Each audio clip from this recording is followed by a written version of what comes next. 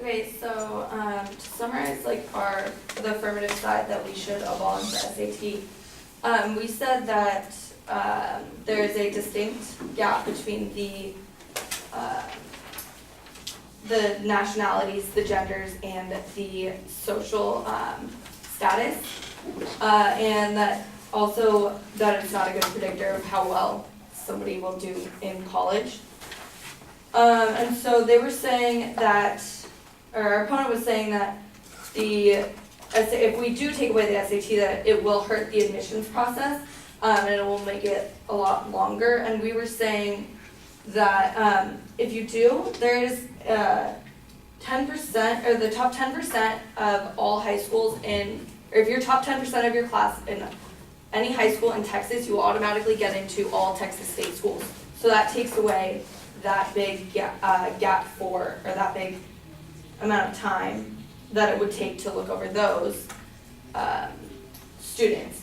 And so if they were to move towards more of the GPA than in the extracurriculars rather than the SAT testing, they would be able to knock down like a student. If they do have a higher GPA, they wouldn't have to look as much as their extracurricular, but if they do have a student with a lower GPA, they can look at their extracurricular and it could bring them up rather than just the SAT and the GPA. They also have those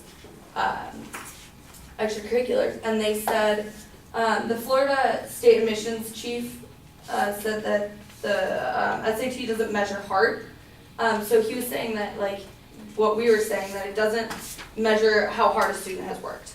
A student may work very hard and study very hard for this test, but not do as well as those students who their parents made a lot more money than the rest, and they are able to afford the tutoring that's necessary to do well on this test.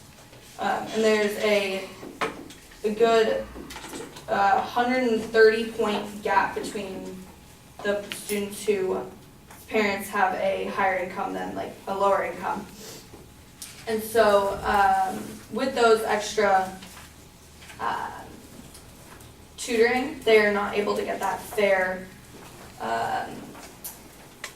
advantage. And so coming back to the point that the SAT won't predict how well a student will do in college,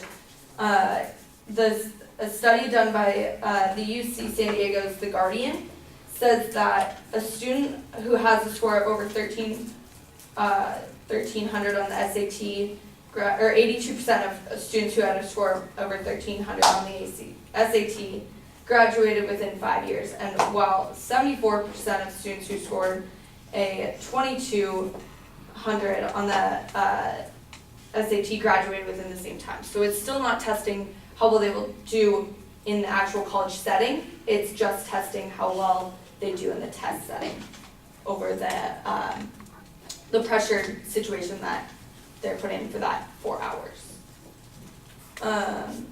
And so they were saying that we need to keep the SAT to level the playing field and to make it easier for these colleges to admit students without upping up prices for our applications, because it would take longer. And so they don't think it's fair that they're putting more emphasis on the high school grades, although with the extracurriculars, the students will still have that same fair advantage.